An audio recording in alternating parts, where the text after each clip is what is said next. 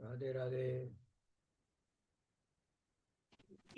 రాధే రాధే. రాధే అండి. కృష్ణ గురుగారు. ఈరోజు మనకి ఉన్న శ్లోకాలు చాలా కన్ఫ్యూజింగ్ శ్లోకాలండి. చూడడానికి పైకి ఒక మీనింగ్ ఉంటుంది, లోపల ఒక మీనింగ్ ఉంటుంది. సో అందరూ కూడా జాగ్రత్తగా వినండి వాళ్ళు. ఇది ఎందుకంటే కొన్ని క్వశ్చన్స్ ఉన్నాయి. ఉత్తరాయణ కాలంలో పోతే మనకి ఇంకా వైకుంఠమే, తర్వాత దక్షిణాయన కాలంలో పోతే మనకి నరకమే. ఇలాగా కొన్ని నమ్మకాలు ఉన్నాయి. అవి కరెక్టా కాదా? ఉత్తరాయణం గురించి ఏం మాట్లాడాడు శ్రీకృష్ణ పరమాత్మ, దక్షిణాయనం గురించి ఏం మాట్లాడాడు శ్రీకృష్ణ పరమాత్మ, ఇవి మనం జాగ్రత్తగా చదవాలి. ఇవి చూడడానికి ఒక మీనింగ్ ఉంటుంది. ఉత్తరాయణంలో పోతే పుణ్యకాలంలోకి వెళ్ళిపోతావు అని అన్నారు ఇక్కడ. కానీ ఆ మీనింగ్ అదేనా అన్నది ఒకసారి మనం చూడాలి. అది గురువు అనుగ్రహం, దయానుగ్రహం. వాళ్ళు విపులంగా దాన్ని క్లారిఫై చేసి చెప్పకపోతే మనకి తెలిసేదే కాదు. సో అందుకని శాస్త్రాలు గురువు యొక్క ఆధారంలోనే చదవాలి. వాళ్ళ యొక్క గైడెన్స్లోనే చదవాలి. మనంతటా మనం చదివితే చాలా తప్పులుగా అర్థమయ్యే ఛాన్సెస్ ఉన్నాయి. అందుకని ఒక్కసారి దైవానుగ్రహం, గురువు అనుగ్రహం తీసుకుని ముందుకెళ్దాం. ఎవరైనా చదువుతారండి వాడు? ఎవరు ముందుకు రావట్లేదు? ముసలితో చదవ. గురుర్బ్రహ్మా గురుర్విష్ణు గురుదేవో మహేశ్వరః గురు సాక్షాత్ పరబ్రహ్మ తస్మై శ్రీ గురవే నమః. ఆచార్యం మాం విజానీయం నావమన్యేత కర్హిచిత్ నమత్యబుద్ధ్యసూయేత సర్వదేవమయో గురుః. Very good, very good, very good. Okay, so మనము నిన్న కొన్ని ముఖ్యమైన శ్లోకాలు చూసాం మనం. అదేంటంటే పరసస్తు స్మాద్భావో నన్యో వ్యక్తో సనాతన సర్వేషు భూతేషు నశస్సు న పశ్యతి. సో మనకి ఆ బ్రహ్మ భువనాం లోకాన్, ఒకవేళ మీరు కోరికలతో కనుక మనం భగవంతుని పూజ చేస్తూ పోతుంటే ఏమవుతుంది? కోరికలు తీరుతాయి.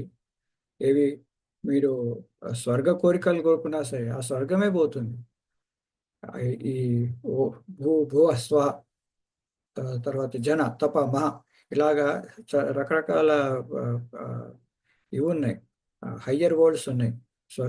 స్వర్గాది లోకాలు ఉన్నాయి. స్వర్గం ఒకటే కాదు, స్వర్గం పైన ఇంకా ఉన్నాయి. మన జన తప అని. తర్వాత సత్యలోకం పైన ఉన్నది సత్యలోకం. సత్యలోకం వరకు ఆ బ్రహ్మ భువనాల్లోక, ఆ బ్రహ్మ ఆజానుభావం అంటున్నాం కదా. ఆజానుభావం అంటే ఈ మోకాళ్ళ వరకు ఉన్న బాహువులు.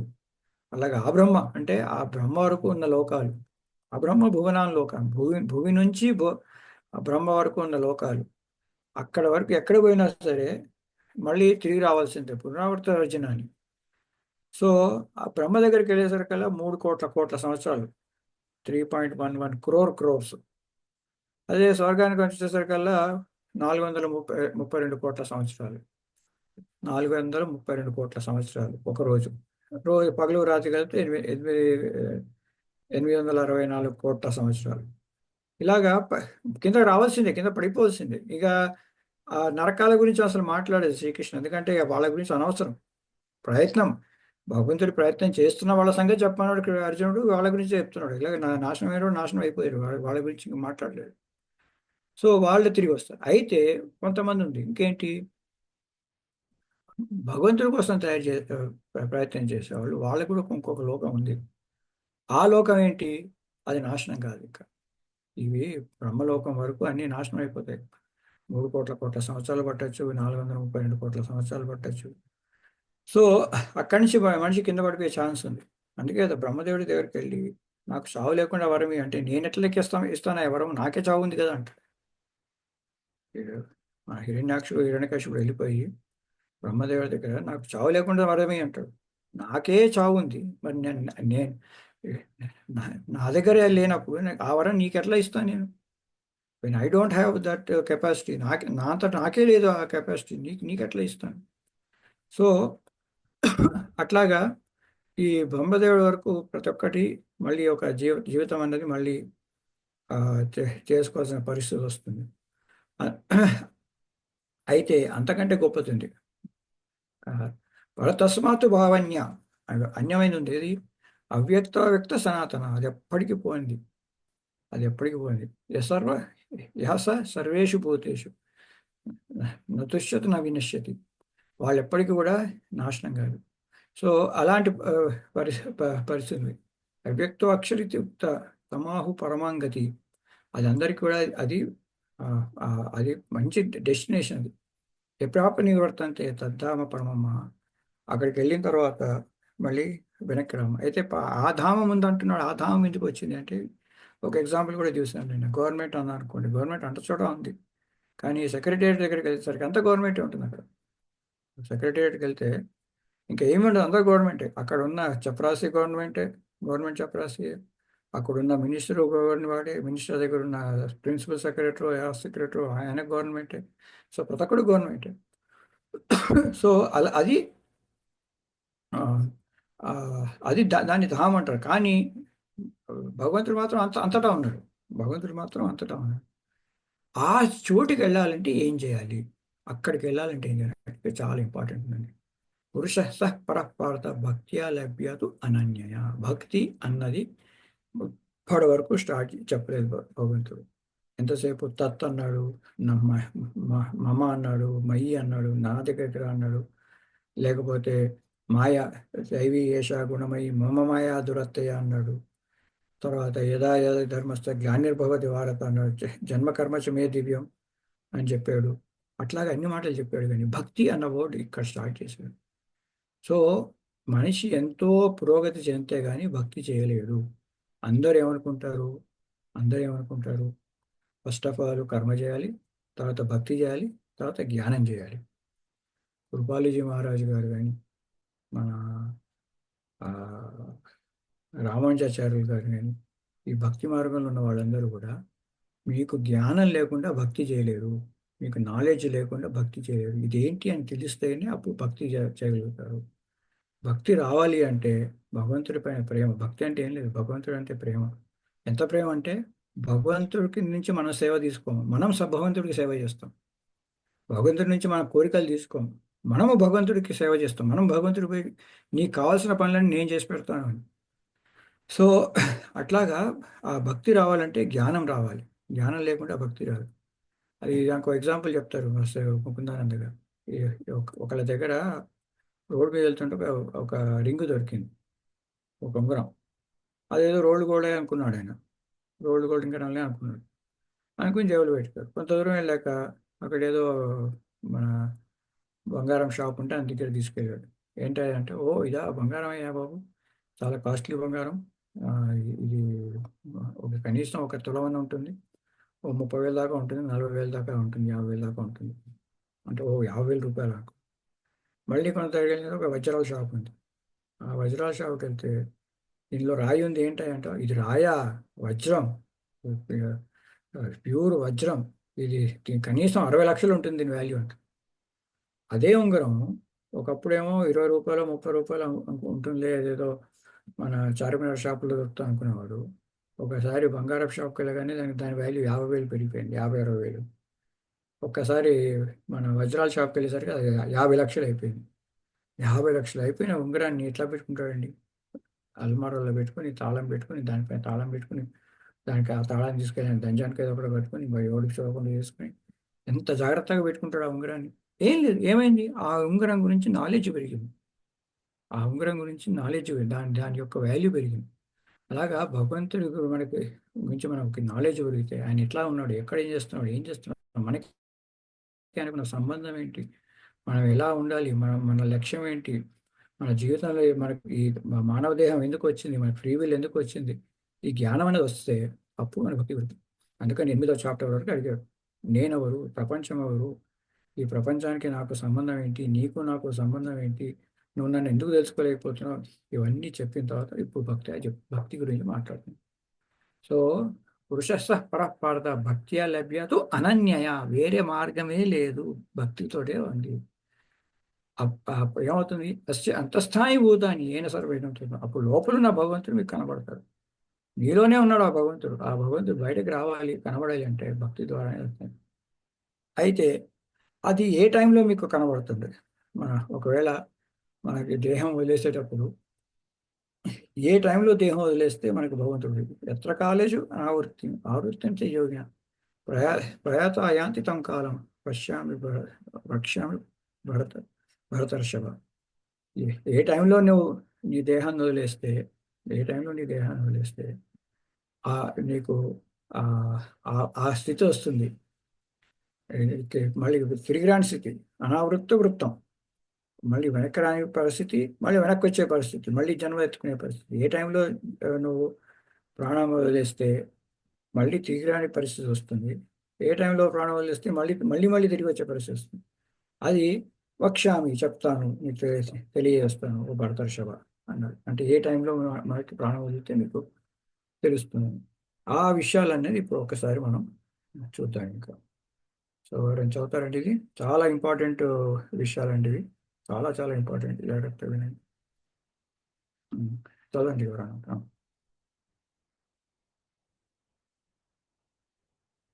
అన్మ్యూట్ చేసుకోండి. ఓం శ్రీ పరమాత్మనే నమః. అత అష్టమోऽధ్యాయः అక్షర బ్రహ్మయోగः.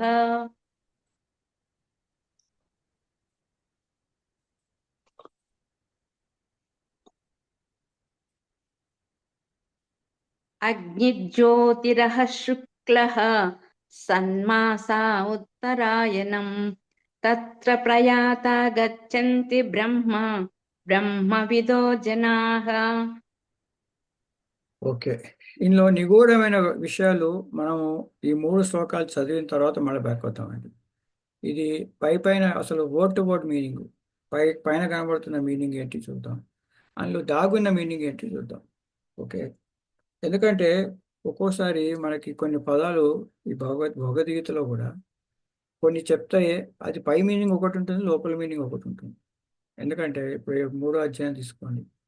యజ్ఞార్థాత్ కర్మణ్యత్ర లోకోయం కర్మబంధన అన్నాడు. యజ్ఞం కాక నువ్వు ఏ పని చేసినా అది కర్మబంధకమే అంటున్నాడు. ఎక్కడ? పోయి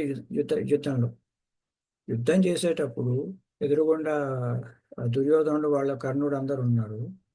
వాళ్ళందరు పెట్టుకుని యజ్ఞార్థాత్ కర్మణ్యత్ర లోకోయం కర్మబంధన, నువ్వు యజ్ఞం తప్ప ఇంకేం చేస్తున్నావు కర్మబంధం అని ఆ శ్లోకానికి వర్డ్ మీనింగ్ తీసుకుంటే అట్లా ఉంటుంది. Real word meaning. అదే అధ్యాయంలో 30వ శ్లోకంలో చెప్పాడు, మై సర్వాణి కర్మాణి సన్యసాధ్యాత్మ చేస్తా నిరాశి నిర్మోగత మై సర్వాణి కర్మాణి సన్యసాధ్యం, నాకు సమర్పించు అన్ని పనులు అన్నాడు. ఒక చోట యజ్ఞార్థార్థ అని చెప్పి మై సర్వాణి కర్మ అని అన్నాడంటే ఆ రెండు సమన్వయం చేస్తే భగవంతుడికి అర్పించినట్టుగా చేస్తే అది యజ్ఞం అయిపోతుంది. మనం చేస్తున్న పనే భగవంతుడికి అర్పించినట్టు చేస్తే అది ఒక యజ్ఞంలాగా అయిపోతుంది. ఎందుకంటే ఆ రోజుల్లో యజ్ఞాలు ఎక్కువ చేసేవాడు. ఈరోజు క్రికెట్ మాట్లాడుకున్నట్టుగా ఆ రోజు యజ్ఞాల గురించి ఎప్పుడు మాట్లాడుకున్నాడు ప్రతి ఒక్కరు కూడా. సో యజ్ఞార్థాత్ అన్న వర్డ్ ఎందుకు చెప్పాడు అంటే ఆ యజ్ఞంలో ఏ ఫలం వస్తుందో నన్ను భగవంతుడికి సమర్పించి చేస్తే నీకు అలా వస్తుంది. ఎప్పుడు? ఆ ఆ 3వ అధ్యాయంలో 9వ శ్లోకము 30వ శ్లోకం పక్కన పెట్టుకుని చూస్తే మీకు సమన్వయం అవుతుంది. అప్పుడు ఓహో, యజ్ఞార్థాత్ అంటే భగవంతుడికి అర్పించి చేసే పనులన్నీ యజ్ఞం అయిపోతుంది. సో అట్లాగా ఈ 24 ఒక్కటే మీరు తీసుకుంటే దానికి ఒక మీనింగ్ ఉంటుంది. 24, 25, 26 3 తీసుకుని సమన్వయం చేసుకుంటే ఆహా ఇంతే కదా అనిపిస్తుంది.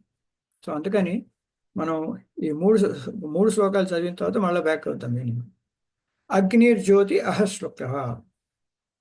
అగ్నిర్జ్యోతి అంటే మన ఈ ఈ నిప్పులు ఉన్న జ్యోతి, కాగడాలు పట్టుకుంటూ వస్తే నిప్పు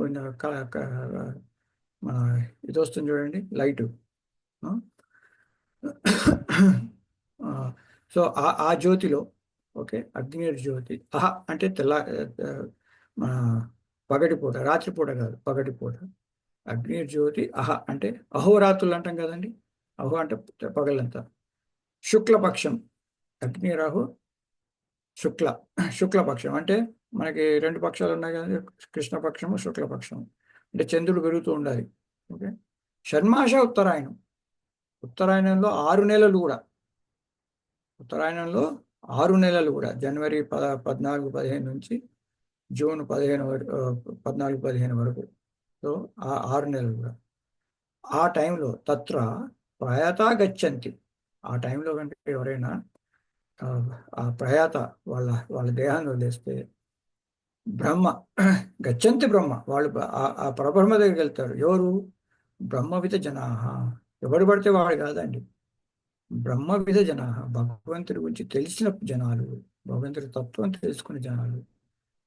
ఏమీ తెలియదు నాకు, నేను ఒక్క రోజు కూడా సత్సంగం చేయలేదు, ఒక్క మాట కూడా వినలేదు, ఒక ఒక భగవద్గీత చదవలేదు, కానీ నేను ఉత్తరాయణంలో పగలపూట పోయాను అంటే నీకు గచ్చంతి బ్రహ్మ రాదు. అది మీ ఆ పరబ్రహ్మకు మీరు వెళ్ళలేరు అది. ఇవన్నీ ఎండ్ ఎండ్ ఎండ్. అగ్నిజ్యోతి, ఆహా, ఎండ్. ఆహా అంటే పొద్దున పూట, ఆహా అండ్ శుక్లపక్షం, తర్వాత ఉత్తరాయణం, అన్నీ కలిపి. అసలు అది కూడా చూడాలి. శుక్లపక్షం అంటే ఏమిటి? ఆ, మన ఇది పగలంటే ఏమిటి? ఉత్తరాయణంలోనే 6 నెలల ఉత్తరాయణం ఏంటి? అది లిటరల్ మీనింగా, ఇంకా లోపల ఇంకా హిడెన్ మీనింగ్ ఉందా? అది వేరే, అది తర్వాత చూద్దాం మనం. అలా ఒకవేళ అదే లిటరల్ గా తీసుకున్నా ఎవరు పడితే వాళ్ళు కాదు. బ్రహ్మవిద జనాహ, భగవంతుని గురించి తెలుసుకున్న జనాలు, భగవతత్వం గురించి అర్థం చేసుకున్న జనాలు, వాళ్ళు ఈ టైంలో అదేంటో చూద్దాం. మళ్ళీ ఒకసారి దీని దగ్గరికి మళ్ళీ వద్దాం మనం. వెళ్తే వాళ్ళు పరబ్రహ్మని చేరుకుంటారు. గచ్చంతి బ్రహ్మ, వాళ్ళు బ్రహ్మ దగ్గరికి వెళ్తారు. ఎవరు? ఈ టైంలో ఎండ్ ఎండ్ ఎండ్. అగ్ని జ్యోతిలో, పగలపూట, శుక్లపక్షంలో, ఉత్తరాయణంలో 6 నెలలు. ఆ టైంలో ఎవరైనా ప్రయాత వాళ్ళు ఎవరైనా దేహాన్ని వదిలేస్తే గచ్చంతి బ్రహ్మ. ఎవరు పడితే వాడు పోతాడా? బ్రహ్మవిధి జనాహ, ఎవరైతే బ్రహ్మ గురించి తెలుసుకుంటారో ఆ జనులందరూ పోతారు. ఒకటే కదా, ఎవరు తెలుసుకున్న వాళ్ళందరూ పోతారు. దీనికి ఆపోజిట్ మళ్ళీ చెప్పండి నెక్స్ట్. దీనికి విపరీతంగా పోయిన వాళ్ళు ఏం సంగతి ఏంటి? ఓకే, అదొక్కసారి చూద్దాం మనం.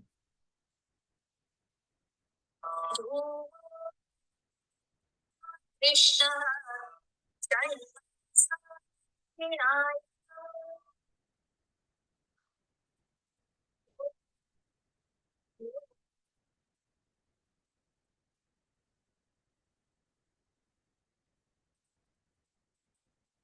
కృష్ణ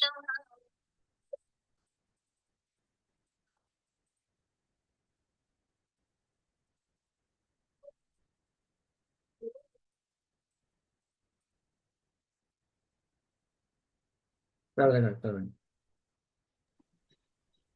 धूमो रात्रिस्तथा कृष्णा षण्मास दक्षिणायनम् तत्र चान्द्रामणं ज्योतिर्योगी प्राप्य निवर्तते. ధూమో రాత్రి స్తదా కృష్ణ. ఇక్కడ చూడండి, ధూమం ఎప్పుడు వస్తుంది? అలాగే యజ్ఞాలు చేస్తుంటే ధూమం వస్తాయి. సో ఆ ఆ ధూమాలు చేస్తున్నప్పుడు అంటే బాగా యజ్ఞాలు, ఇదేంటి యజ్ఞాలు? కోరికలతో యజ్ఞాలు చేస్తున్నప్పుడు. ఆ రోజుల్లో బాగా యజ్ఞాలు చేశామని చెప్పాను కదా. ప్రతిదానికి యజ్ఞం చేసేవాడు. పిల్లలు పుట్టాలంటే పుత్రకామేష్టి చేయడం, ఇంకోటి ఏదో కావాలంటే అదేదో యజ్ఞం, ఇది ఇంకోటి కావాలి ఇంకో యజ్ఞం. ఇలాంటివన్నీ యజ్ఞాలు ఉండేవి అప్పట్లో. సో ఆ ధూమాలు, ఆ కోరికలతో చేసే యజ్ఞాలు అవన్నీ బాగా ఇవి వస్తాయి, పొగ వస్తాయి. ధూమో రాత్రి సదా కృష్ణ. రాత్రిపూట, ఒకవేళ మనిషి రాత్రిపూట మన ఆ, దేహాన్ని వదిలేస్తే, తర్వాత కృష్ణపక్షంలో, రాత్రిపూట కృష్ణపక్షంలో, ఈ దక్షిణాయనంలో 6 నెలలు కూడా, జూన్ నుంచి మళ్ళీ జనవరి వరకు ఈ దక్షిణాయనంలో 6 నెలలు కూడా.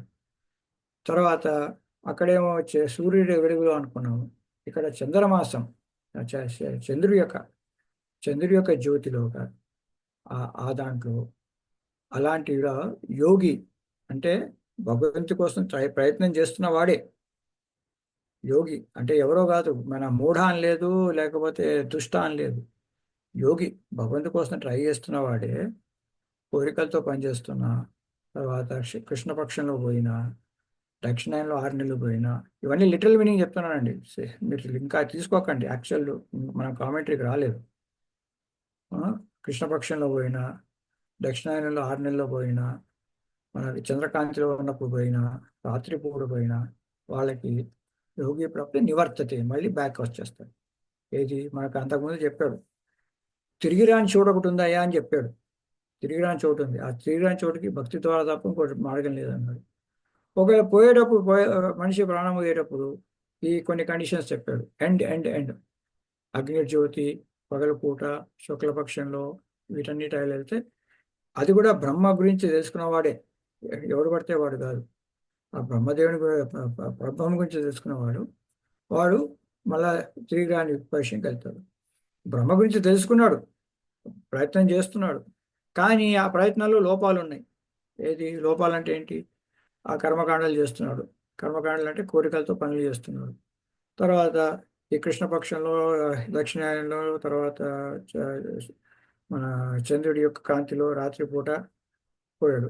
అవన్నీ లిటరల్ మీనింగ్గా, ఇంకోటి ఏదో మీనింగ్గా చూద్దాం. అలాంటి వాడు ఏంటో, అలాంటి యోగి ఎవరు పడితే వాడు కాదు. మూఢుడు అయితే వాడు మళ్ళీ నరకానికి పోతాడు. ఆ భగవంతుడి కోసం ప్రయత్నం చేస్తున్న యోగి ఏమవుతాడు? మళ్ళీ బ్యాక్ వచ్చి మళ్ళీ ఇంకొకసారి జన్మ తీసుకుంటాడు. ఆ భగవంతుడి దగ్గరికి వెళ్ళిపోడు, ఎందుకంటే మళ్ళీ వచ్చి ఇంకో జన్మ తీసుకుంటాడు. అయితే ఇప్పుడు ఇంకొకటి చూద్దాం దీనికి. ఓకే, ఈ రెండు వాళ్ళ గతి ఏంటి, ఈ రెండు వాళ్ళ సంగతి ఏంటి అన్నది ఇంకొక థర్డ్ కూడా చూస్తాక మళ్ళీ ఒకసారి మళ్ళీ దీని మీనింగ్ చూద్దాం, డీటెయిల్ మీనింగ్ చూద్దాం.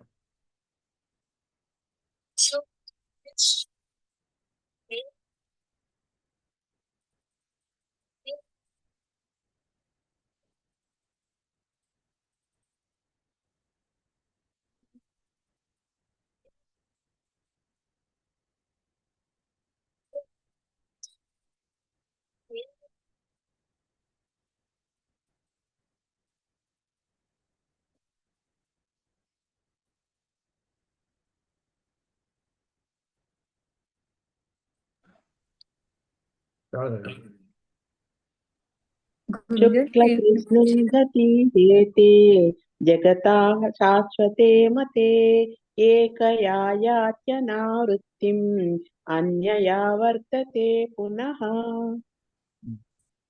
ఇప్పుడు చాలా జాగ్రత్తగా వినండి. మళ్ళీ మనం వెనక్కి వెళ్తాం 24 నుంచి, అన్ని సమన్వయం చేసుకుంటూ వద్దాం. ఇక్కడ వచ్చేసి శుక్ల కృష్ణే గతి ఏతే, ఈ రెండు మార్గాలు, శుక్ల కృష్ణ ఈ రెండు మార్గాలు జగత శాశ్వతే మతే, ఇవి ఈ ప్రపంచంలో పర్మనెంట్గా ఉన్నాయి, అవి ఎప్పటికీ ఉంటాయి. అవి ఈ రెండు మార్గాలు శుక్లపక్షి కృష్ణపక్షి గతి అయితే జగత శాశ్వతే మతే, ఎప్పటికీ పర్మనెంట్గా ఉంటాయి. ఒకటి ఏకయా యాది అనావృత్తి, ఒక దాంట్లో ఒక మార్గంలో తిరిగి రారు. అన్యయ వర్తతే పునః, రెండో మార్గంలో మళ్ళీ బ్యాక్ వస్తారు. సో రెండు మార్గాలు ఉన్నాయి. ఈ రెండు మార్గాల్లో ఒక మార్గంలోనేమో తిరిగి రారు, ఇంకో మార్గంలోనే మళ్ళీ తిరిగి వస్తారు. ఇది ఎప్పటికీ ఉన్నాయి, ఎప్పటికీ, ఈ రోజని కాదు, ఎప్పటికీ ఉన్నాయి. అయితే ఇక్కడ ఒక క్వశ్చన్ చూడండి. ఆ టైంలో పోతే, ఆ టైంలో బతుకుతే, ఆ టైంలో ప్రాణం వదిలితే నీకు తిరిగి రావన్నాడు. ఈ టైంలో చేస్తే మళ్ళీ తిరిగి వస్తామన్నాడు.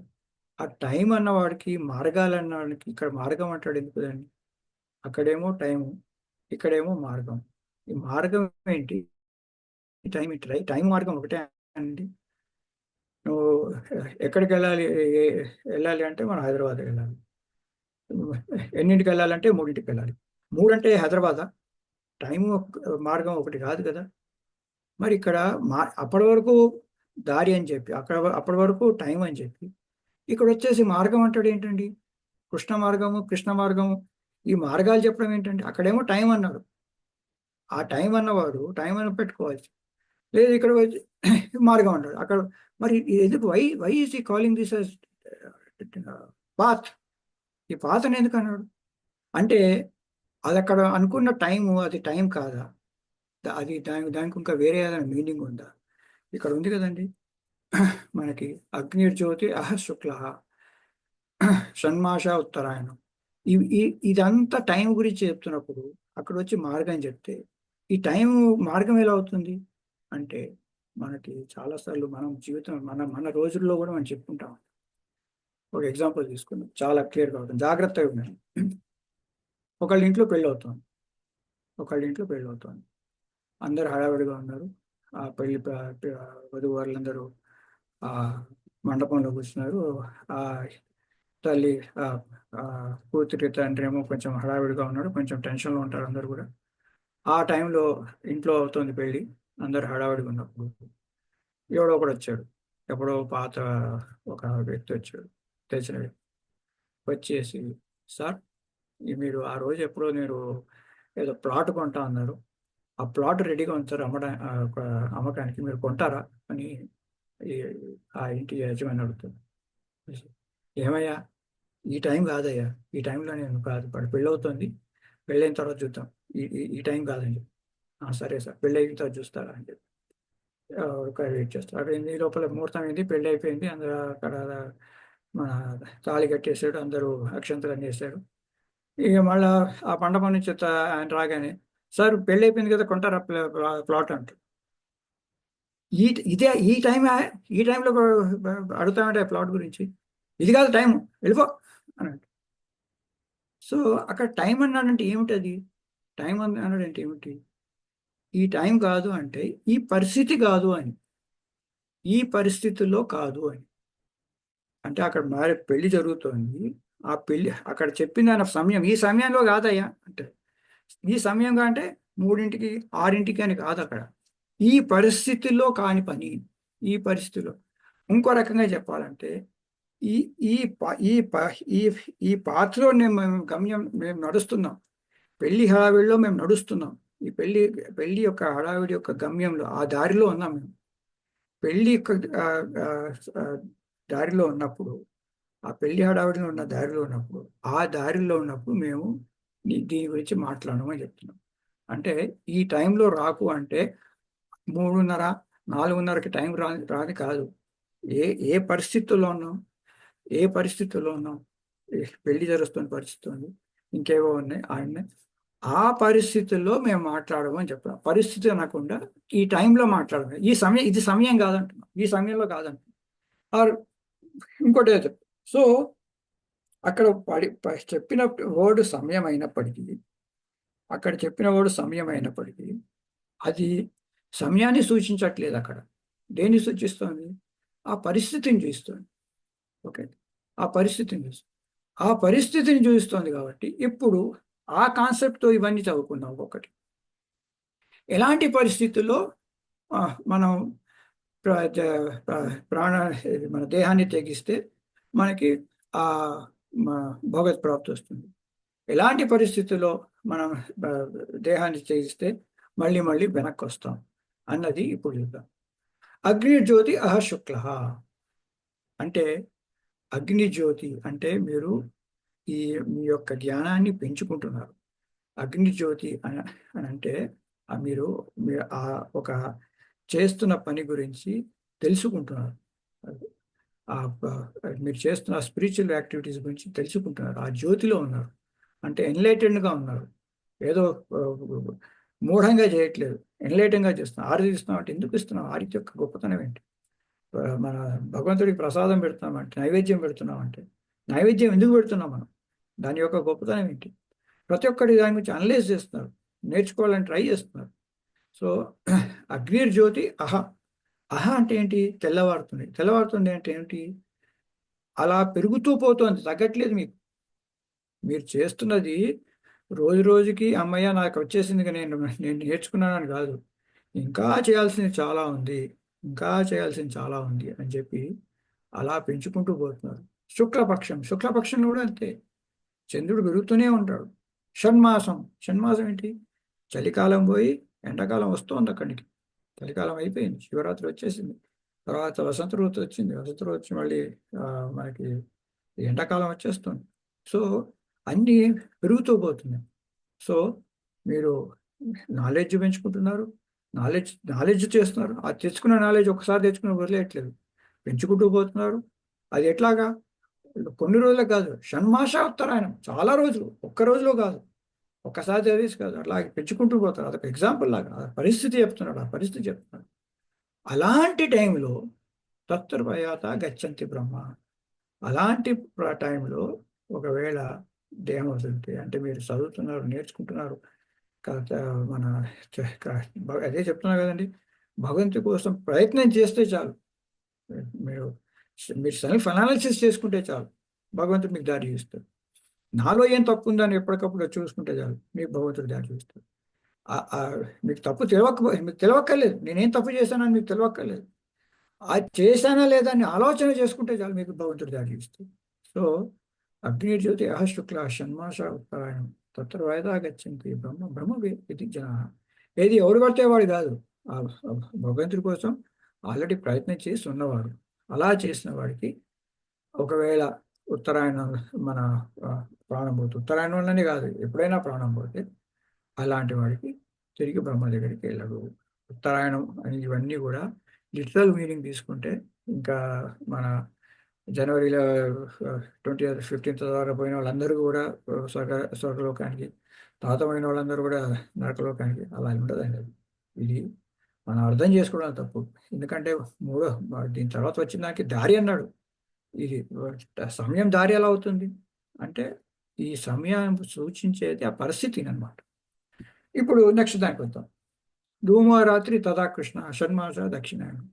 ధూమం, మీరు చేసే పని ఏంటా అన్నది క్లారిటీ లేకుండా నిప్పులో కూర్చొని పని చేస్తున్నారు అనుకోండి, అదే పొగలో కూర్చొని పని చేస్తున్నారు, ఏం పని చేస్తున్నారో మీకే తెలియదు, దేని గురించి చేస్తున్నారో తెలియదు. అగ్ని జ్యోతిలో ఏమవుతుంది, చేస్తున్న ప్రతి పనికి మీరు కాస్త అనలైజ్ చేసి కరెక్టా తప్ప అని గురించి అనాలిసిస్ చేస్తున్నారు. ధూమరాత్రి అంటే ఏదో చేసి పడేస్తున్నారు, ఎందుకు చేస్తున్నారు అర్థం కాదు, పనులు చేసుకుంటూ పోతున్నారు. రాత్రి అంటే మన పెరగట్లేదు, రోజు రోజుకి తగ్గుతుంది, మీరు చేస్తున్న నాలెడ్జ్ అంతా తగ్గుతుంది. తదా కృష్ణ, రాత్రి అవుతుంది, ఇంకా కృష్ణపక్షంలో ఏమవుతుంది, అంతకుముందు ఎక్కువ చదివారు, తర్వాత తగ్గించారు, తర్వాత తగ్గించారు, తర్వాత తగ్గించారు, తర్వాత తగ్గించారు. షణ్మాస దక్షిణాయనం, ఎండాకాలం నుంచి చలికాలానికి వచ్చేస్తుంది. తత్ర చంద్రమాసం జ్యోతి, ఏదో సూర్యుడి కాంతిలో చదివితే కాస్త క్లారిటీ ఉంటుంది, చంద్రమాసంలో చంద్రుడి కాంతిలో అంత సరిగా ఉండదు. అలాంటి వాళ్ళు కూడా యోగి, కానీ భగవంతుడి కోసం ట్రై చేస్తున్నాడు. ఏం చేసిన భగవంతుడి కోసం కాదు, భగవంతుడి మీద మనసు పెట్టడానికి ట్రై చేస్తున్నాడు, ఏదో ట్రై చేస్తుంది.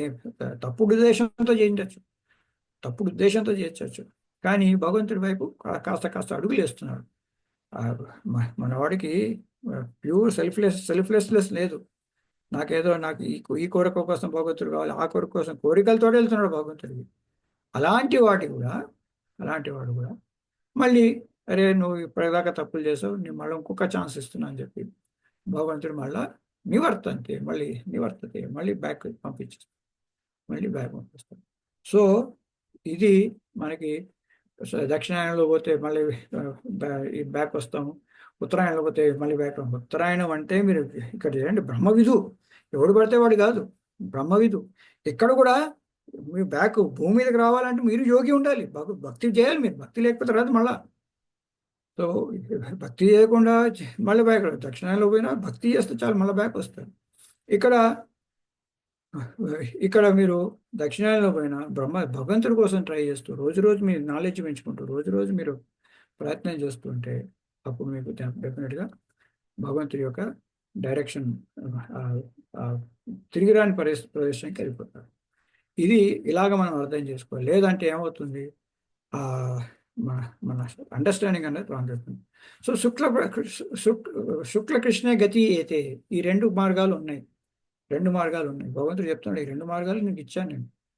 ఇంకోటి చూడండి, భగవంతుడు చెప్తున్నాడు, ఈ రెండు మార్గాలు ఉన్నాయి, నువ్వు నీకు చాయిస్ ఇస్తున్నా అన్నాడు.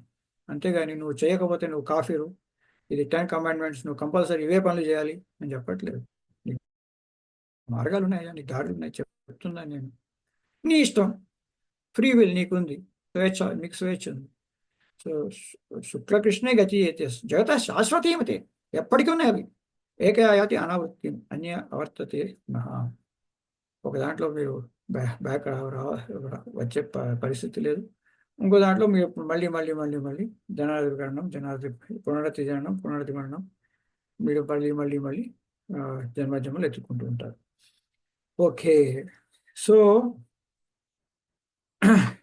ఇది మనకి చెప్పిన పరిస్థితి. అయితే నెక్స్ట్ దానికి వెళ్దాం. ఇంకా ఇవన్నీ మనం చూస్తాం ఇంకా. ఓకే,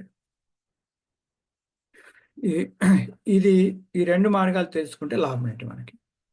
ఈ రెండు మార్గాలు చెప్పాడు కదా, దీనివల్ల మనకి లాభం ఏంటి అది ఒక్కసారి అని చెప్పారు. नैते धृति पार्थ जानन् योगी मुह्यति कश्चन तस्मात् सर्वेषु कालेषु योगयुक्तो भवार्जुन। ఇప్పుడు చూడండి, ఈ రెండు మార్గాలు ఉన్నాయి కదా, అది తెలుసుకుంటే లాభం ఏంటి?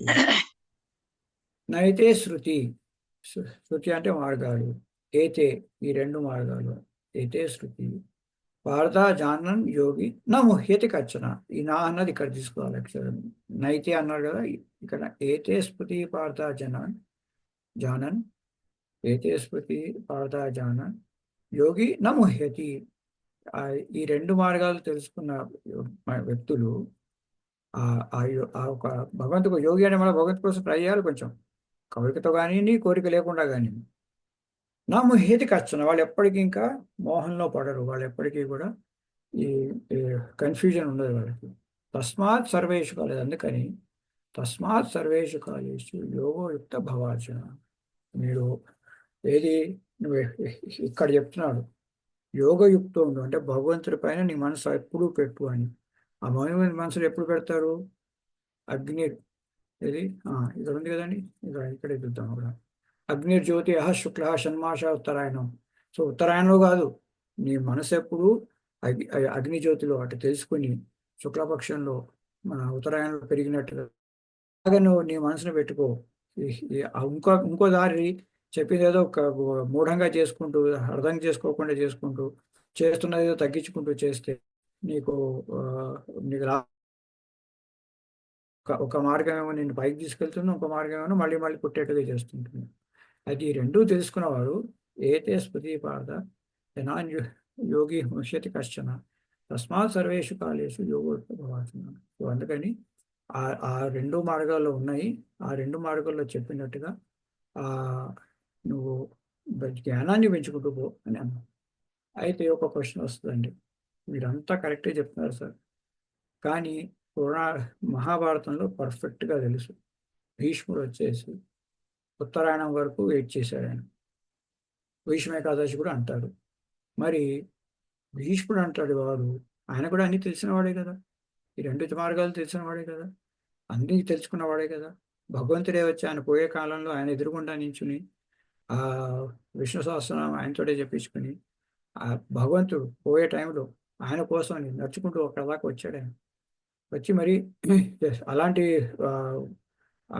మన ఫెసిలిటీ మన ధర్మరాజుకి లేదు, అర్జునుడికి లేదు, భీముడికి లేదు, ఎవరికి లేదు. వాళ్ళు స్వర్గ ఆరోహణ పర్వం వాళ్ళు వెళ్ళిపోయారు అంతే.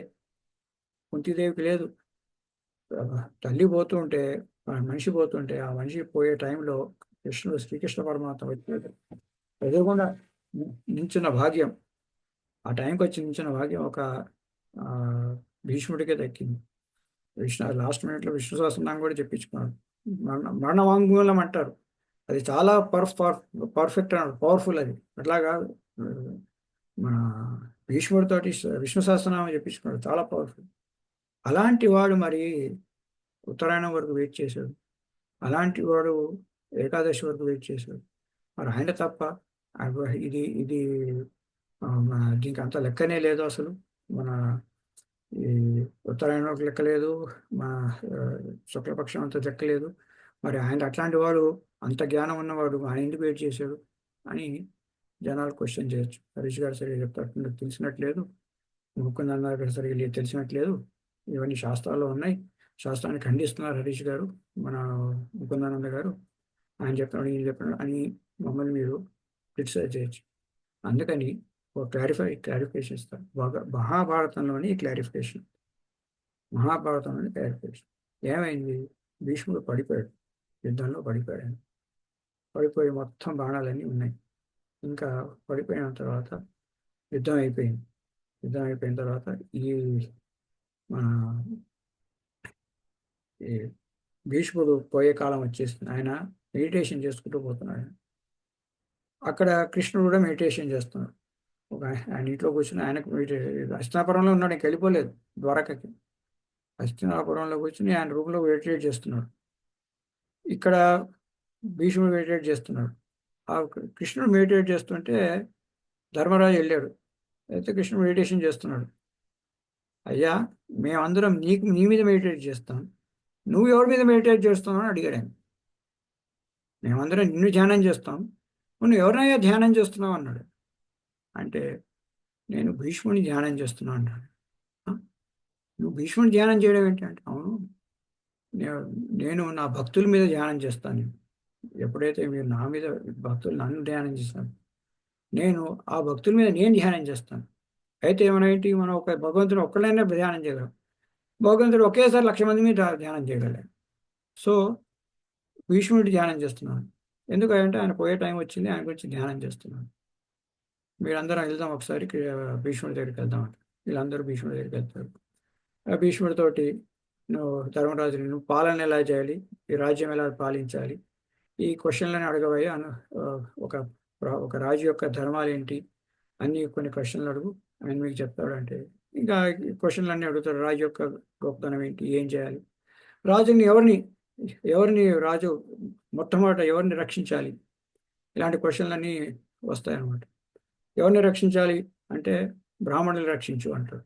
బ్రాహ్మణుడు అంటే బ్రాహ్మణుడని కాదు, తెలివైన వాడిని రక్షించు. నీ రాజ్యంలో తెలివైన వాడిని నువ్వు కనుక రాజు రక్షిస్తే ఆ తెలివైన వాడు రాజ్యాన్ని అంతా రక్షిస్తాడు.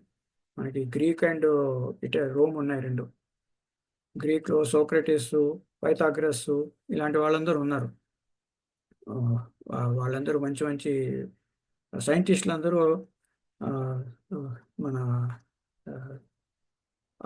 గ్రీస్లో ఉండేవారు. రోమన్లో అంత గొప్ప సైంటిస్టులు లేరు. ఆ రెండు రాజ్యాలు ఇండియా పాకిస్తాన్ కొట్టుకునేవారు కూడా. రోమన్ ఎంపైర్, గ్రీక్ ఎంపైర్ ఇద్దరు కొట్టుకునేవారు. రోమన్స్ చాలా స్ట్రాంగ్, గ్రీక్ కొంచెం వీక్. అంత పెద్ద రాజ్యం ఉండేది కానీ తెలివైన వాడు. ఎంత చేసినా రోమన్ ఎంపైర్ అంతా ఎక్స్పాండ్ అయినా కానీ గ్రీక్ని కొట్టడం చాలా కష్టమైపోయినాడు. ఎందుకు? ఈ తెలివైన వాళ్ళందరూ ఉండేవాడు. సోక్రటీస్, తర్వాత పైథాగరస్ ఇలాంటి వాళ్ళందరూ, మన ఆర్కిమిడిస్ ప్రిన్సిపల్స్ ఇవన్నీ ఉన్నారు. వీళ్ళంతా సైంటిస్టులు అందరూ ఈ గ్రీక్లో ఉన్నారు. ఆ తెలివైన వాళ్ళు ఎలాంటి కష్టాలు వచ్చినా వాళ్ళు తీర్చేయగలుగుతారు. సో రాజు ఏం చేయాలి? తెలివైన వాడిని ఎప్పుడు మా కంపెనీలో కూడా మీరు మంచి టాలెంట్ని మీరు ప్రొటెక్ట్ చేస్తే ఆ talent will take care of the whole company. You protect the talent. వీడు మన మినిస్టర్ కొడుక, వీడు ఎమ్మెల్యే కొడుక, వీడు ఇది ఇంకా వాడికైనా కనెక్షన్ అది కాదు, వీడు తెలివైన వాడా కాదా అని. అట్లాగా ఈ రాజ్యాన్ని ఎలా రన్ చేయాలి, దేశాన్ని ఎలా రన్ చేయాలి, మనం న్యాయం ఎలా చేయాలి, ఇలాంటి అన్ని క్వశ్చన్లకి ధర్మరాజు అడుగుతున్న క్వశ్చన్లకి ఈ భీష్మ అన్ని ఆన్సర్లు చెప్పుకుంటూ పోతారు. ఇవన్నీ ఎందుకు చెప్తున్నా అంటే పుణ్యకాలం మన ఏదది ఉత్తరాయణంలో పోతే మంచిదా కాదా అని ఇవన్నీ చెప్తుంటే ద్రౌపది పక్క నవ్వింది. అప్పుడు ద్రౌపది కూడా వెళ్ళింది. భీష్ముడు వచ్చి అడిగాడు, ఏమైనా నవ్వుతున్నావు నువ్వు, ఏమమ్మా నవ్వుతున్నావు అంటే, పర్లేదండి, చెప్పు, పర్వాలేదు, ఎందుకు నవ్వుతున్నావు చెప్పండి. ఇన్ని నీతి కార్యాలు చెప్తున్నారు, నా మీద అంత ఘోరమైన అత్యాచారం జరుగుతుంటే నోరు మూసుకొని ఎందుకు కూర్చున్నావు?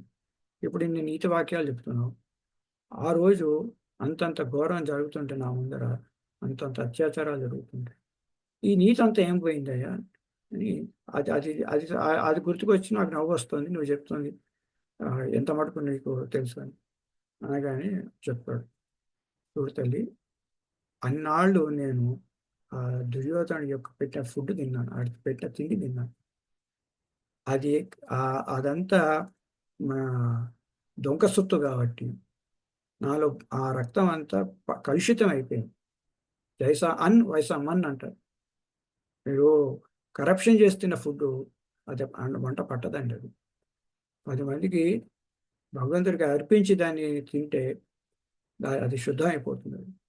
సో భావాలు ఉంటాయి, గింజల మీద మన భావాలన్నీ రాసి ఉంటాయి అక్కడ. సో ఆ దుర్యోధను ఇచ్చిన ఫుడ్ నేను తిని నా రక్తము నా మనసు అంతా పాడైపోయింది. రక్తం పాడైపోయింది, నా మనసు కూడా పాడైపోయింది. అర్జునుడు చెప్పిన పుట్టిన బాణాలకి నా రక్తం అంతా పోయింది దేహం నుంచి. ఇప్పుడు నా మైండ్ ప్యూర్ అయిపోయింది. తర్వాత అంబశయ మీద కూర్చుని కృష్ణుని ధ్యానిస్తున్నాడు. ఎలాంటి ధ్యానం చేస్తున్నాడు? నిన్ను చంపుతానని వచ్చాడు ఒకప్పుడు ఆ మహాభారతం యుద్ధంలో. ఈ ఎంతకీ చావట్లేదు అర్జునుడి చేతిలో అనగానే ఇంకా ఇంకా ఆయన ఏమో బాణాలతో అందరినీ పాండవులందరినీ చంపేస్తుంటే, నేను నిన్ను చంపుతానని చెప్పి ఒక చక్రం తీసుకుని ఆ, మన ఈయన మీదకి వెళ్తాడు. ఎవరి మీదకి? భీష్ముడి మీదకి. ఆ రూపాన్ని ధ్యానం చేస్తుంటాడు. ఆహా, అంటే ఈయన సైనికుడు కదండి, ఏం బాగున్నాడు, ఎంత గొప్పగా ఉన్నాడు, ఎంత అందంగా ఉన్నాడు, చంపడంలో కూడా ఎంత గొప్పతనం, ఆహాహాహా అనుకుంటు. ఇంకోటి, నేను నేను ఆ, నేను శస్త్రం లేపనని కృష్ణుడు అంటాడు. నీతో శస్త్రం లేపిస్తానని ఈయన ప్రతిజ్ఞ చేస్తాడు. భక్తుడైన నన్ను నా ప్రతిజ్ఞని నిజం చేయడం కోసమని ఆయన ప్రతిజ్ఞని ఆయన ఆయన ఆ, వదిలేసుకున్నాడు. ఆయన ఏది అందరిపైన నవ్వులాట అవ్వడానికి రెడీ అయిపోయాడు. ఎందుకు? నా యొక్క ప్రతిజ్ఞ నిలబెట్టడం కోసం. ఎంత ఎంత గొప్పవాడు. ఇలాగా ఆ భగవంతుని అలా ధ్యానం చేసుకుంటూ పోయాడు. సో మనస్సుతో ధ్యానం చేశాడు, ఒంట్లో ఉన్న నెత్తురంతా పోయింది. దాంతో ఆ వ్యక్తి శుద్ధమైపోయాడు. ఆ కర్మలన్నీ కాలిపోయినాయి. ఇప్పుడు ఫ్రీ అయిపోయింది. So I'm ready to die. So అన్నాళ్ళు ఎందుకు ఆగాడు అంటే ఉత్తరాయణం కోసం కాదండి, ఆయన ప్యూరిఫికేషన్ కోసం ఆగాడు. ఆయన దేహాన్ని శుద్ధి చేసుకోవడం కలిసి యాదృచ్ఛికంగా అది ఉత్తరాయణం అయింది, ఏకాదశి అయింది. రెండు మంచి మంచి మంచి మంచి రోజు వచ్చాయి. ఏకాదశి ఎప్పుడు? మన మనసు మీద పనిచేస్తుంది. ఏకాదశి నాడు పనులు ఎందుకు చేయమంటారంటే ఒక్కొక్క రోజు ఒక్కొక్క దాని మీద ఉంటుంది. ఒక్కొక్క దానికి ద్వాదశి వచ్చేసి మన మన జీవాత్మ మీద పనిచేస్తుంది. అంటే ఆ చంద్రుడు ఆ దశలో ఉన్నప్పుడు, ఆ చంద్రుడు ఇప్పుడు నీళ్లు ఉన్నాయనుకోండి, సముద్రం ఉంది, టైడ్స్ వస్తాయి. ఏది మన ఈ అమావాస్యకి పౌర్ణమికి సముద్రం దగ్గర ఉన్న వాళ్ళకి తెలుస్తుంది. అప్పుడు టైడ్స్ చాలా ఎక్కువ వస్తాయి ఆ చంద్రుడి యొక్క ఆకర్షణ శక్తి వలన. ఆ ఆకర్షణ దేనికి ఎక్కువ రెజనేట్ అవుతుందంటే ఈ ఏకాదశి నాడు మనసు మీద, ద్వాదశి నాడు జీవాత్మ మీద, అలా ఒక్కొక్క ఫేజ్ ఆఫ్ మూన్ ఒక్కొక్క దాని మీద పనిచేస్తుంది. సో అలా ఉంది కాబట్టి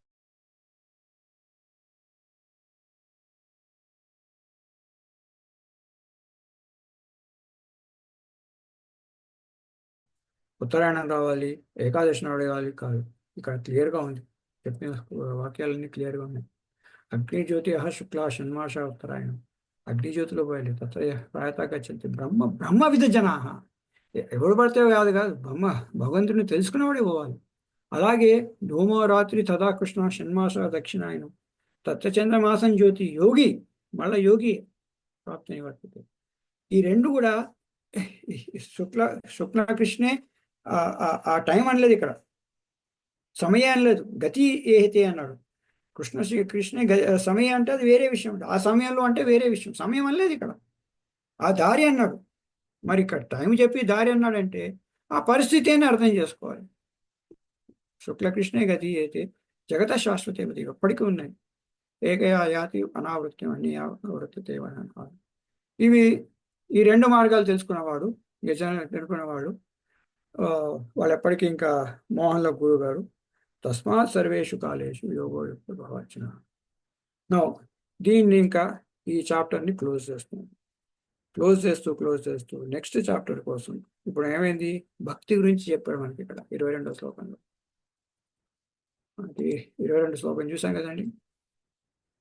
పురుష పరపార్థ భక్తి లభ్యానన్య. నన్ను పొందాలంటే భక్తి తప్ప ఇంకో మార్గం లేదు. భక్తి అన్న కూడా ఇక్కడ ఇంట్రడ్యూస్ చేశాడు. అయితే ఆ భక్తి ఎలా చేయాలి అన్నది మనకి 9, 10, 11, 12 అధ్యాయాలు అంతా అదే. హౌ టు డూ భక్తి. ఏది పెద్ద గణేష్ పండల్స్ కట్టాలా, పెద్ద గణేష్ పండల్స్ కట్టేస్తున్నాడు. కోటి దీపాలు పెట్టాలా, ఒక వజ్ర కిరీటం పెట్టించాలా, లేదా మన డ్యాన్సులు చేసుకుంటూ పోవాలా, ఉపవాసాలు చేసుకుంటూ పోవాలా, ప్రతి గుడికి వెళ్ళాలా, మెట్ల మీదకి నడుచుకుంటూ, కొండ మీదకి నడుచుకుంటూ వెళ్ళాలా. ఏంటి భక్తి అంటే? వాట్ ఈజ్ భక్తి అన్నది మనకి ఇది నెక్స్ట్ చెప్పబోతున్నాడు శ్రీకృష్ణ మాత 9, 10, 11. దాన్ని ఇప్పుడు దాని గురించి దాని యొక్క గొప్పతనం అన్నది ఇక్కడ చెప్తాడు. ఛందస్సు మారింది ఇక్కడ. ఛందస్సు అంటే ఇది చాలా ఇంపార్టెంట్. నెక్స్ట్ చాప్టర్ చాలా important. Beware, don't miss the next chapter అని చెప్పడం కోసం అని చెప్తున్నాను. वेदेषु यज्ञेषु तपस्सु चैव दानेषु यत् पुण्यफलं प्रदिष्टम् अध्येति तत्सर्वमिदं विदित्वा योगी परं स्थानमुपैति चाद्यम् वेदेषु यज्ञेषु तपस्सु चैव दानेषु यत् पुण्यफलं प्रदिष्टम् अत्येति तत्सर्वमिदं विदित्वा योगी परं स्थानमुपैति चाद्यम्. ఇక్కడ ఇంకా చెప్తున్నాడండి భక్తి యొక్క గొప్పతనం. ఓకే, వేదేషు యజ్ఞేషు తపస్సు చేయవ. ఇక్కడ ఏంటి జనాలు అందరూ చెప్తేది జ్ఞానం గొప్పదండి. ఫస్ట్ భక్తి, ఫస్ట్ కర్మ, తర్వాత భక్తి, తర్వాత జ్ఞానం. జ్ఞానం అన్నది గొప్ప. ఇక్కడ శ్రీకృష్ణ పరమాత్మ క్లియర్గా చెప్తున్నారు. వేదేషు, చాలా వేదాలు చదవండి. వేదాల్లో వేదేషులో. యజ్ఞేషు, ఇంకా యజ్ఞయాగాలు చేయండి. చాలా యజ్ఞయాగాలు మాట్లాడితే ఇంకా ఈ యజ్ఞం ఆ యజ్ఞం చేసుకుంటూ పోండి. తపస్సు అంటే మన ఏమంటారు, ఉపవాసాలు, జాగరణలు, ఇవన్నీ మంచివే. ఏది తప్పనట్లేదు అని భగవంతుడు కూడా. వేదేషు యజ్ఞేషు తపస్సు, ఏది జాగరణ చేయండి, మన ఉపవాసాలు ఉండండి, ఇంకోటి ఏదో ఉండండి, చాలా ఆస్టరిటీస్ పనియండి. దానేషు, భయంకరంగా వచ్చిందల్లా ధ్యానం చేయండి. యత్ పుణ్యఫలం ప్రతిష్టం, వాటి నుంచి వచ్చే మీ ఏదైతే పుణ్యఫలం ఉంటుందో, అత్యేతి తత్ సర్వం ఇదం విదిత్వ, వాటన్నిటికంటే అత్యంతంగా ఉంటుంది. ఏది? యోగీ పరం స్థానం ఉపైతి చాజ్యం.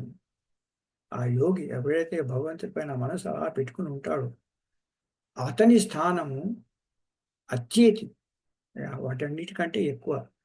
ఇంకోటి ఏంటి? అద్యం అంటే ఎప్పటికీ తగ్గిపోయింది. మీరేం చేస్తారు? దానాలు ఆపేశారు అనుకోండి, మీ పుణ్యఫలం పోతుంది. మన తపస్సులు మానేశారు అనుకోండి, మీరు చేశారు చాలా రోజులు, ఏది మన ఉపవాసాలు ఉన్నాము పెట్టారు, తర్వాత సడన్గా ఆపేశారు, ఏమైపోయింది? ఆ పుణ్యఫలం తగ్గిపోయింది. అలాగే యజ్ఞాలు చేస్తూ పోయారు, ఆపేశారు, ఏమైంది? పుణ్యఫలం. కాకపోతే ఇదేంటి? మీరు భగవంతుడి మీద మనసు అలా పెట్టి ఉంచారనుకోండి, ఉంచిపెట్టారనుకోండి, ఏమవుతుంది? అది అద్యం, అది తరగదనమాట, తగ్గిపోతుంది వాడికి. కానీ ఇంకోటి అత్యేది, ఆ ఫలం కంటే ఇది గొప్ప ఫలం వస్తుంది. ఇది సో వాటన్నిటి ఫలం కంటే, వేదాలు చదువుకుని కూర్చున్న దానికంటే, దానాలు చేసిన దానికంటే, తపస్సులు చేసిన దానికంటే అన్నిటికంటే గొప్పది ఏది? యోగీ పరం స్థానం ఉపైతి అర్జున్. ఎవరైతే మనసును భగవంతుని అలా పెట్టుకుని ఉంటాడో వాళ్ళ స్థానం అన్నది చాలా గొప్పది ఇది చెప్పారు. సో ఇప్పుడు 9 నుంచి ఇంకా ఈ భక్తి ఎలా చేయాలి? యత్కరోషి యదస్నాసి యజ్జుహోసి దదాసి యత్తపస్యసి కౌంతేయ తత్కురిష్యమతమపి. యత్కరోషి యదస్నాసి, ఏది తిన్నా, ఏది చేసినా, యజ్జుహోసి, ఏది మీరు యజ్ఞాలు చేసిన అన్నిటిని తత్కురస్వ మదర్పణం, అన్ని నాకు అర్పించు అని చెప్పేది. అలా చేస్తే లాభం ఏంటి? అనన్య చింతయంతమా ఏసు జన పరిభాష తేషాం నిత్యాభియుక్తానం యోగక్షేమవామ్యహం. వాళ్ళ యోగక్షేమాలు నేను చూసుకుంటాను, దానివల్ల లాభం ఏంటి? తర్వాత క్షిప్తం ధర్మాత్మ సశ్శాంతిని గచ్చతి కౌంతేయ ప్రజ్ఞాని నమే భక్తస్థ ప్రణశ్యతి. నా భక్తులు ఎప్పటికీ నాశనం కారు. ఇలాగా నువ్వు చేస్తే లాభం ఏంటి? చేయకపోతే నష్టం ఏంటి? ఎలా చేయాలి? యత్కరోషి యదస్నాసి, ఏమేం చేయాలి? ఇవన్నీ 9, 10, 11, 12 అన్నీ మనకి గొప్ప శ్లోకాలు. ఇవన్నీ కూడా మనకి వచ్చే దాంట్లో చూద్దాం. రేపు ఒక్కసారి ఈ సమగ్రంగా దీన్ని దీని ఏమంటారు, ఈ సమ్మరీ అన్నది చూద్దాం. 8వ అధ్యాయం చాలా కష్టమైన అధ్యాయం. నాకు ముకుందానంద గారు ఈ అధ్యాయం కష్టపడ్డంత దేనికి కష్టపడలేదని చెప్పాడు ఆయన. సో ఆయన అంత కష్టపడి రాసినందుకు మనం ఒక్కసారి మళ్ళా సింహాలోచన చేస్తే ఇంకా 9వ అధ్యాయంలోకి వెళ్దాం. నేను క్లారిఫై చేశానని అనుకుంటున్నాను ఈ ఈ విషయాలన్నీ కూడా. ఇంకా ఏమైనా క్వశ్చన్ ఉంటే చెప్పండి, లేదంటే మళ్ళీ రేపు వెళ్తాం. మౌనికా దీది. అదే కదా భయ్య. ఇప్పుడు భీష్మ పితామహ 6 months ఆ డెత్ బెడ్ మీదే ఉన్నారు కదా, ఆరోస్ మీద. సో మన మైండ్ ప్యూరిఫై అయింది అని మనకు తెలియాలంటే profit and loss, criticism, insult, praise, ఇవన్నిటికీ అతీతంగా ఈక్విలిబ్రియంగా, ఎటువంటి సిచ్యువేషన్లో అయినా ఈక్విలిబ్రియంగా ఉంది మన state every minute in every situation అంటే, అండ్ భగవంతుడి ధ్యానంలో కాన్స్టెంట్ గా ఉంది అంటే, దెన్ అవర్ మైండ్ ప్యూరిఫై అయింది అని మనకు అర్థమవుతుంది. మరి ఆయన 6 months వేరే ఏ కర్మ లేదు కదా, జస్ట్ అలా ఉన్నారు. సో మరి ఆయనకి ఎలా తెలిసింది that he's prepared and ready, ఆ టైంకి వెళ్ళిపోవచ్చు అనేది ఎలా తెలిసింది ఆయనకి? ఎలా ఎలా తెలిసిందంటే ఆయన చాలా గొప్ప జ్ఞానం, అప్పటికే బ్రహ్మజ్ఞాని ఆయన అప్పటికే బ్రహ్మజ్ఞాని. సో మనకు ఏమవుతుంది, మనం ఎగ్జామ్ ఎలా రాసామని చెప్పాలంటే మన టీచర్ చెప్పాలి. ఇప్పుడు మన పిల్లలు ఉంటారండి కొంతమంది, ఎలా రాసేవారు, ఓ చాలా బాగా రాశాడు. నెక్స్ట్ ఎగ్జామ్ చూస్తే 16 మార్కులు వస్తాయి. అది ఇంకో అమ్మాయి వస్తుంది, ఎలా రాసాడు, సరిగ్గా రాలేదండి, అన్ని చాలా తప్పులు చూసాను. నెక్స్ట్ వచ్చేసి 70 మార్కులు వస్తాయి. సో మనది మనం అసెస్ చేసుకోలేము. సో మనకు అందుకని గురువు చెప్పాలి. ఓకే, అదే ఎలివేటెడ్ పర్సన్ ఉన్నాడు అనుకోండి, ఆల్రెడీ ఎలివేటెడ్ పర్సన్ ఉన్నాడు అనుకోండి, అది వాళ్ళకి తెలుస్తుంది. సో వాళ్ళది మనము కంపేర్ చేసుకోవడానికి లేదు. ఆయనకి ఎలా తెలుసు అంటే ఆయన ఆ స్థాయిలో ఉన్నాడు అప్పటికే, అప్పటికే ఆ స్థాయిలో ఉన్నాడు. సో మనం అది హౌ డస్ యు నో అంటే వాళ్ళకి తెలుస్తుంది. ఇప్పుడు నారద భక్తి సూత్రంలో ఉంది, నాకు భగవంతుడి యొక్క ప్రేమ నాకు వచ్చిందా లేదా అని ఎలా తెలుస్తుందంటే, నీ ఆకలి తీరిందా లేదా అని నీకు ఎలా తెలుస్తుందో అలా తెలుస్తున్నాను. మీకు ఆకలి తీరింది అని అంటే ఎవరు చెప్తారు మీకు ఆకలి తీరిందని? మీ అంతటి మీరే చెప్పాలి. పక్కనవాడు చెప్పలేడు కదా. ఎలా తీరింది నీకే తెలుస్తుంది, నీకెవరికి తెలియదు. అది భగవంతుడి నాకు ప్రేమ వచ్చిందా లేదా ఎలా తెలుస్తుంది అంటే, నీకు ఆకలి తీరిందా లేదా నీకు ఎలా తెలుస్తుందో అలాగే నీ భగవంతుడు నీ ప్రేమ నీకు వచ్చిందా లేదా అనేది ఆ ప్రేమ దానంతట అదే వ్యక్తం అవుతుంది, నువ్వు బయట నుంచి చెప్పక్కర్లేదు. అది నారద భక్ష్యంతో చెప్పిన విషయం. సో అది ఆయనకు ఎలా తెలిసిందంటే అది అలా తెలుస్తుంది, మనకు కూడా అలాగే తెలుస్తుంది. ఆ స్టేజ్కి వెళ్తే మనం ఎంత ప్రోగ్రెస్ అయ్యామో అన్నది మనకు తెలియదు. ఆ ప్రోగ్రెస్ అయినది మన గురువు చెప్పాలి. బాబు నువ్వు ఏదో ప్రోగ్రెస్ అయ్యావనుకుంటున్నావు, బాగా రాసానుకుంటావు, విధవ నీకు 16 మార్కులు వచ్చాయని చెప్తాడు. నువ్వు అస్సలు ఏం పోగొట్టా అనుకుంటున్నావు, నువ్వు బాగానే చేస్తున్నావమ్మా, నువ్వు 70 మార్కులు వచ్చాయని చెప్తాడు. అలాగా. సో సాధన దిశలో మనకి గురువు ఒక స్టెప్స్ కావాలి. సాధన అయిన తర్వాత ఒక స్టేజ్కి వెళ్ళిన తర్వాత అది మనం చేసుకునే స్టేజ్కి వస్తాం. Okay, thank you. ఓకే, రేపు మళ్ళీ ఒకసారి ఇవి డీటెయిల్డ్గా మనము ఇది పునర్విమర్శన. ఎందుకంటే ఇది చాలా కష్టమైన చాప్టరు. బయటకు ఒక మీనింగ్ ఉంటుంది, లోపల ఇంకో మీనింగ్ ఉంటుంది. అది నిగూఢంగా చూడకపోతే చాలా కష్టం అయిపోతుంది. తర్వాత ఒక టాపిక్ నుంచి ఒక టాపిక్కి జంప్ అవుతున్నట్టు ఉంటుంది. అసలు ఒకదానికి ఎందుకు జంప్ అయ్యాడో తెలియదు. సో చాలా రోజులు ఒక 8వ చాప్టర్ అర్థం చేసుకుంటే చాలా మటుకు అన్ని భగవద్గీత అన్ని చాలా సింపుల్గా ఉంటాయి. ఇది ఒకటే కష్టం. అదే చెప్తున్నా కదండి, ఆవు గురించి ఏమంటే ఆవుకి 4 కాళ్ళు ఉంటాయి, 2 చెవులు ఉంటాయి, ఇవన్నీ రాసి మోడీ అండ్ ట్రంప్ కలుసుకున్నారు, వాళ్ళిద్దరు మాట్లాడుకున్నారు. ఆవుకి మన దూడంటే ఇష్టం, గడ్డి అంటే ఇష్టం. మళ్ళీ వచ్చి అరే ఫస్ట్ ఆవు గురించి రాస్తాడు, మళ్ళీ ట్రంప్ మోడీ అని చెప్తారు, మళ్ళీ ఆవు మళ్ళీ అంటాడు. ఇదేంటి అసలు సమస్య, ఎందుకు వచ్చింది మధ్యలో ఇవన్నీ అన్నది. కృష్ణుడు అయితే ఏది లాజిక్ కదా, ఎందుకు వచ్చింది ఇలాంటివి ఎన్నో. మన ఇది ఎలా మనిషి ఎలా పోవాలంటే, బ్రహ్మకి ఆయన ఏజ్ వచ్చేసి 3 కోట్ల సంవత్సరాలు అంటే, అరే నేను ఎలా భగవంతుని ప్రాప్తి చెందాలి అని అడిగితే బ్రహ్మకి 3 కోట్ల సంవత్సరాల వయసు అని అదెందుకు చెప్తున్నాం ఇప్పుడు? అలాంటి క్వశ్చన్లు వస్తాయి. అవన్నీ తెలుసుకోవాలంటే మన గురువు అనుగ్రహము వాళ్ళ యొక్క సహాయం లేకుండా తెలుసుకోలేము. అందుకని ఈ చాప్టర్ కొంచెం ఒకసారి మనం రేపు రివైజ్ చేసుకుని వచ్చే వారం మనం 9వ అధ్యాయంలోకి వెళ్తాం. 9వ అధ్యాయం అయిపోయిన తర్వాత మళ్ళీ ఒకసారి పార్టిసిపెంట్ ప్రెజెంటేషన్ చేసుకున్నాం. 6 వరకు అయింది కాబట్టి 7, 8, 9 చేద్దాం. 7 చక్కటి అధ్యాయం, 8 అధ్యాయం మంచిదే, 9 కూడా చాలా మంచిది. 9 అయిపోతే 50% అయిపోయినట్టు. ఏదైనా సబ్జెక్ట్లో 50% అయిపోయిందంటే పాస్ అయిపోయినట్టే కదండి. 50% అటు వచ్చాయంటే దాట్ మీరు పాస్ అయిపోయినట్టే. సో భగవద్గీత 50 వచ్చింది అంటే 9 అయిందంటే మీరు భగవద్గీత నేర్చేసుకున్నట్టు.